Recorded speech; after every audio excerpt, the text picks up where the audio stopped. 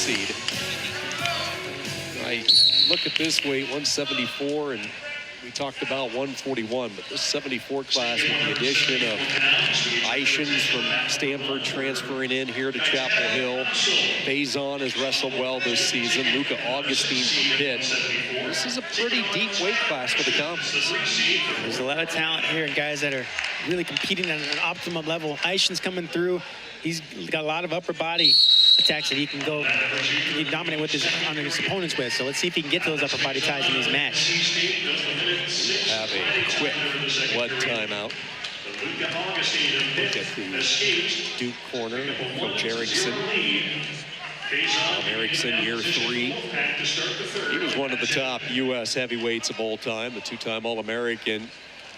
See Tom on the left-hand side of the screen with some words of wisdom to his wrestler. 2-time All-American at Oklahoma State, 2-time junior college national champion as well. And his relationship with Glenn Lanham, it goes back a few years. They both served as assistant coaches on the Purdue staff. They were Cowboy teammates in 1987. Glenn's certainly happy to have Coach Erickson on the staff. 16 seconds into the third. Bring them back to Alex Faison to switch for ACC. You mentioned it with Eischens in North Carolina. It's a little bit of a different style. He is so good in the upper body, the Greco-Roman, where he wants to keep this thing all upper body, and you got to be ready to be launched at all times.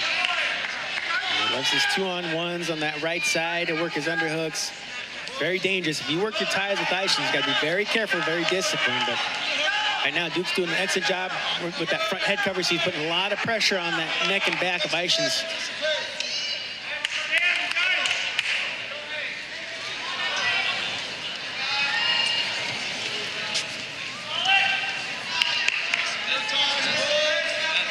First splash into the ACC waters for Tyler Eischens, making the decision to transfer to North Carolina late in the offseason.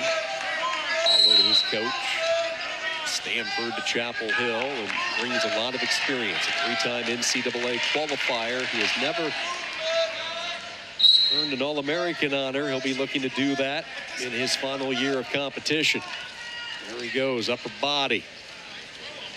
Console. Very cautious, knowing the dangers and how comfortable Eischens is in these types of positions. Body lock, and the two wrestlers go out of bounds. Rob Cole, 58 years old, returning home to his alma mater, where he won a national championship for the Tar Heels back in 1988. He has a plan, a 1-year plan. He's going to get this thing rolling. Always so fun to talk with him throughout the course of the year. And 28 years he had in Ithaca with Cornell. Brief stint on the West Coast with Stanford, but the opportunity to coach at his alma mater. He made the decision to come back home. The Eischens still looking for his first points. He's been the aggressor. He has put the pressure on Console, tries to slip in that trip near the edge, keeps his left foot in, and he's close to getting control, and he gets it. Really good job. That's a veteran move, knowing where he is on the mat. A veteran move, that's the key thing you said right there, Sean. I was watching this match. Console so far was doing a good job in the front head, slowing this match down, but Eischens found his attack, went for that sweep, kept his toes in, covered up the hips for the takedown. Way to be patient for your positions. You're not forcing anything, you're just battling through, and then when you see your opening, you jump on it.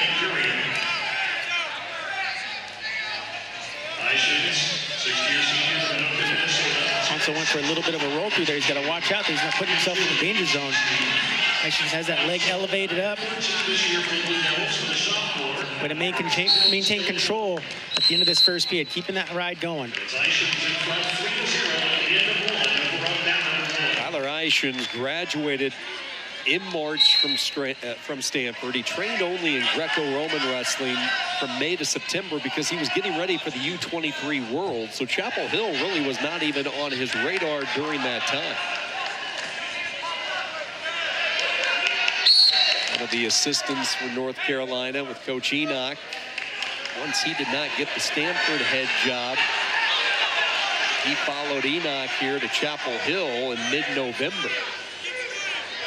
Now Eischens, one of the veterans of this room, looking for some points. As Consul in a precarious position, but Consul, to his credit, able to battle, get back to his base, and he gives up the 4. So Consul was looking to put Eischens in a tough situation, get a reversal, but Eischens way to battle through the position, stay composed, keep balance. He was elevating that leg. And right away, when he saw the opening, he popped his hips back on top. Got your near fall points, maintain control. Now you're in a dominating position here. You have the cross wrists. He's pressing forward, working to break Consul down to his stomach. Excellent job wrestling through. Anthony, we were talking about the value of training partners and the relationship that Eischens has with Enoch. Who was your favorite training partner back in the day at Arizona State? Well, there's 2 of them. One of them was Carlos Castro. He was a kind of a backup at our 133-pound weight class, but he pushed me every single day. The other one, I got to give credit to Coach Brian Stith. He was the assistant coach, and he would kick my butt every single day. He's All-American for Arizona State, but you know that's how you get better, right? You force yourself to wrestle at higher-level competition.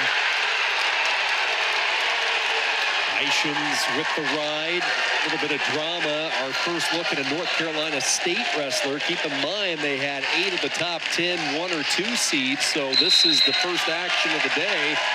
And Alex Faison in a thriller in overtime right now with a 3-2 advantage as they go to the scores table. This is Alex Faison and Luca Augustine.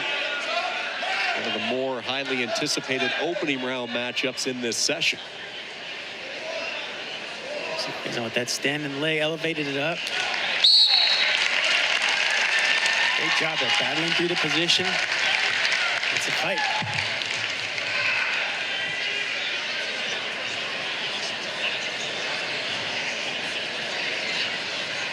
Faison, the NCAA qualifier. Luca Augustine, an NCAA qualifier a season ago as well. Officials confirm the reversal change. It's a 4-1 for NC State's Alex Faison will go up 4-1. Which is neutral. They square up. These are the tiebreakers, so it looks like Augustine chose neutral. So a 30-second tiebreaker, which will be wrestled to its conclusion. So nothing settled in the sudden victory. Each wrestler then with a 30-second tiebreaker. And now Augustine, knowing he needs 3 after that last review. You can see the scratch and the blood on his neck and shoulder. He says, let's go neutral and try to get a takedown here in 26 seconds. Keep in mind, this weight class, 174, 4 automatic spots to the NCAAs. Augustine on the hunt. Eischens continues to lead on the left, 8-0. Stall call on Faison. He'll take that, no harm. Keeping the distance. Augustine driving in hard with that left arm. They'll be given a point. Another stall on Faison, 4-2, but Augustine running out of time. Faison just wrestling smart, keeping those head hams, hip defense up, circling away. That strategy, let's be aware, you don't need to risk anything. Get the win. A sea of red inside Carmichael have been waiting patiently for a wrestler to just make an appearance, and Faison does not disappoint. He wins 4-2. With the tiebreakers. Faison to take on Makai Lewis later today. Semifinals 1 o'clock. Right here on ACC Network Extra. All Eischens, 3rd period. A lot of his damage inflicted in the opening couple of minutes. Eischens has been very disciplined. You see right there, Consul going big. Earlier on, he tried to go for a little kind of cement mixer, and Eischens just stayed composed, right? He's knowing he's up, he's got a big lead here, he knows his opponent. He's going to go for those big positions, bigger attacks, wrestle through it, build your lead with a little tilt here. Great job to finish up the match. You see those arm throws a lot in the freestyle world. He said, let's try to hit the big one. Can't fault him there. Eischens pick up some bonus points for North Carolina. He wins by major decision, a 14-0 win his first year.